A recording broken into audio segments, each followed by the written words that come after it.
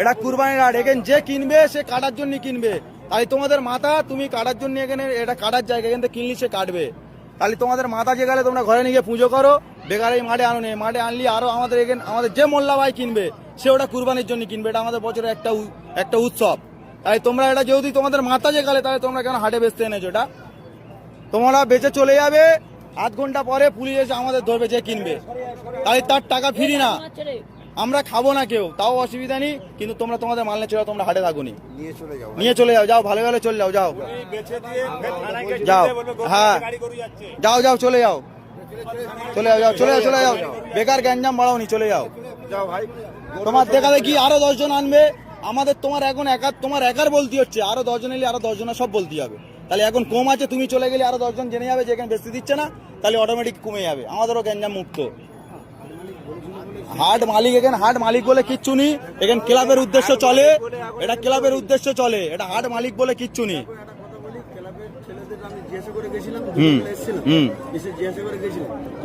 হাট চলবে এরকম একটা হিন্দু ছেলে, আমার গরু আছে বাড়িতে 15টা, আমি টাকা ইনভেস্ট করে নিয়ে এসে গরু কিনেছি, গরুটা কিনে নিয়ে এসে আমি গরুটা এখন বাড়িতে আছে, জিজ্ঞাসা করতে এসেছিলাম, ঠিক আছে জিজ্ঞাসা করতে এসেছিলাম, বলেছে যে হাট হ্যাঁ হবে, তোরা গরু নিয়ে আয়, নিয়ে এসছি। আপনারা যদি বলুন যে চলে যেতে, তাহলে আমরা চলে যাবো। এবার আমি একটা কথা জিজ্ঞেস করি, তোমার এটা তোমাদের ভগবান তো? ভগবান গোমাতা সব মানছি আমি, সব মানছো, তাহলে কিভাবে তোমরা জয় করতে নিয়ে আসছো? সরকার মানা করেছে তো? হ্যাঁ না, আমি ক্লাবের গল্পে যাচ্ছি না, ক্লাব কিন্তু পরে কারোর বাঁচাবে না। সরকারের রায়ের ওপরে কি কোনো রায় হবে? তাই সরকার কি বলেছে? এটা গোমাতা তো, তোমরাও জানো গোমাতা। তাই তুমি কি স্বার্থে আনলে? তুমি ওই ক্লাব তোমার বাঁচাবে?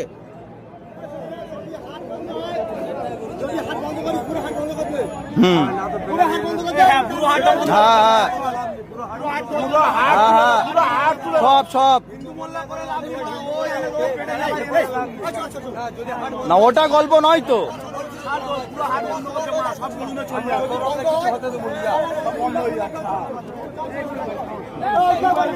হ্যাঁ টোটাল বন্ধ, টোটাল বন্ধ। আমার বক্তব্য তো ওই তো। হ্যাঁ হ্যাঁ, আর ওর খাওয়ার দরকার নেই, করো যা।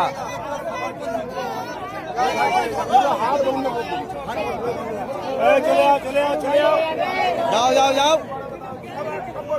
সব বেরোবে, আস্তে আস্তে বেরোবে।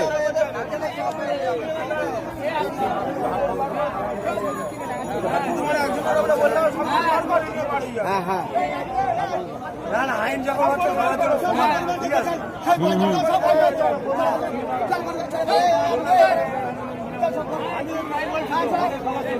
হ্যাঁ হ্যাঁ, সবার জন্য।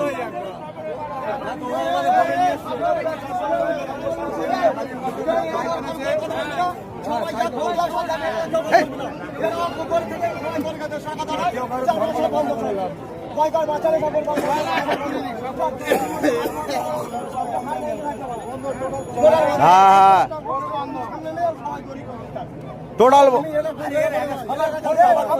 সবাই সবাই সবাই গরু বেশি হবেন, কারো বেশি হবে, প্রত্যেকের প্রত্যেকের। দেখুন, যত আমাদের স্টেশন আছে এখানে, তার কোথাও হাঁটার জায়গা নেই, বসার জায়গা নেই। কোনো বয়স্ক মানুষ এসে গেলে একটু বসবে, বেঞ্চগুলোও খালি থাকে না, সেখানেও দোকান লেগে গেছে। মহিলারা, বাচ্চারা দাঁড়িয়ে থাকেন, ট্রেন দেরি হলে খুব অসুবিধা হয়, বৃষ্টি হলে শেডের মধ্যে যেতে পারেন না, সেখানে দোকান লেগে গেছে। আজকে ক্যাবিনেটের দ্বিতীয় বৈঠক, আপনারা থাকবেন উপস্থিত। গোটা বাংলা এই মুহূর্তে তাকিয়ে রয়েছে যে আগের সরকার যে সিদ্ধান্তটায় সব থেকে বেশি আটকে রেখেছিল সরকারি কর্মচারীদের দিয়ে 7 পে কমিশন, আজকে আলোচনা হওয়ার একটা সম্ভাবনা রয়েছে। বাংলা এই স্বপ্ন দেখতে পারে? মুখ্যমন্ত্রী বলেই দিয়েছেন সবই হবে আস্তে আস্তে, কেন্দ্র সরকারের স্তরেই সমস্ত দেওয়া হবে। সময় লাগছে একটু, টাকা পয়সার টান আছে তো, যেমন যেমন ফান্ড আসবে সেরম সেরম যাদের পাওনা মিটিয়ে দেওয়া হবে। সেজন্য গত সপ্তাহে যে ক্যাবিনেট মিটিং হয়েছিল, যা যা আমরা সিদ্ধান্ত নিয়েছিলাম প্রায় সবই হয়ে গেছে ইমপ্লিমেন্ট। এবারে এই ধরনের কিছু পেন্ডিং বিষয় আছে, সেগুলো নিয়ে আজকে চর্চা হবে, আর তার অ্যাকশন দেখতে পাবেন ধীরে ধীরে। অর্থমন্ত্রক ইতিমধ্যেই বিজ্ঞপ্তি জারি করেছে, যে বয়সসীমা যেটা ঘোষণা করা হয়েছে সরকার পক্ষ থেকে, শুধু কথা নয় কাজে দেখিয়ে দিল, এবং অর্থমন্ত্রক বিজ্ঞপ্তি জারি করে সেই বয়সের ঊর্ধ্বসীমা বিজ্ঞপ্তি প্রকাশ করলো। ক্যাবিনেটে যেটা সিদ্ধান্ত হয় প্রত্যেকটি বিভাগ সেটাকে ফলীভূত করে। তাদের মতো করে, সেরকম তারা আবার সার্কুলার জারি করছে, কাজ শুরু করে দিচ্ছে। ডিপার্টমেন্টাল মিটিংও আমরা করছি গিয়ে, যে কী করে সেটাকে ইমপ্লিমেন্ট করা যায়, যেটা সরকার ঘোষণা করেছে। এবং সমস্ত একদম মানে ইমার্জেন্সিভাবে কাজকর্ম হচ্ছে সব ডিপার্টমেন্টে, সবাই করছেন। মন্ত্রী সংখ্যা কম আছেন, মন্ত্রিসভার বিস্তার হয়ে গেলে আরও ব্যাপক কাজ দেখতে পাবেন। প্রথম মন্ত্রিসভার বৈঠকে আপনারা কড়া সিদ্ধান্ত নিয়েছিলেন যে অনুপ্রবেশ আটকাবো, কেন্দ্রকে জমি দেবো। আজকেও বিএসএফ এর শীর্ষ কর্তাদের সাথে বৈঠক রয়েছে, প্রসেসিং কি এগিয়ে গেছে? প্রসেস শুরু হয়ে গেছে, সেই দিন থেকে বলা হয়ে গেছে, জমির দেখা দেখি মাপ যোগ শুরু হয়ে গেছে এবং হস্তান্তরও শুরু হয়ে যাবে। যে প্রসিডিংস লাগে, সরকারি কাজের যে সিস্টেম আছে সেটা মেনেই হবে এবং খুব দ্রুত গতিতেই হবে। রেল চত্বর খালি করার জন্য বিগত 3 বছরে রেলের তরফ থেকে বড় বড় স্টেশন হাওড়া শিয়ালদা এবং তার সঙ্গে কলকাতার যে ছোট ছোট station Dhakuria, Jadavpur, park circus ইত্যাদি, সেখানে একাধিকবার নোটিশ সার্ভ করা হয়েছিল যে স্টেশন চত্বরের যে এনক্রোচমেন্ট বা জবরদখল আপনারা খালি করে দিন।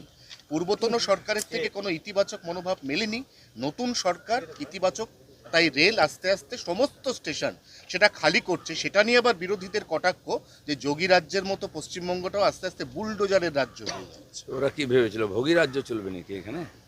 যোগী রাজ্যই মডেল চলবে। দেখুন, যত আমাদের স্টেশন আছে এখানে, তার কোথাও হাঁটার জায়গা নেই, বসার জায়গা নেই। কোনো বয়স্ক মানুষ এসে গেলে একটু বসবে, বেঞ্চগুলোও খালি থাকে না, সেখানেও দোকান লেগে গেছে। মহিলারা, বাচ্চারা দাঁড়িয়ে থাকেন, ট্রেন দেরি হলে খুব অসুবিধা হয়। বৃষ্টি হলে শেডের মধ্যে যেতে পারেন না, সেখানে দোকান লেগে গেছে।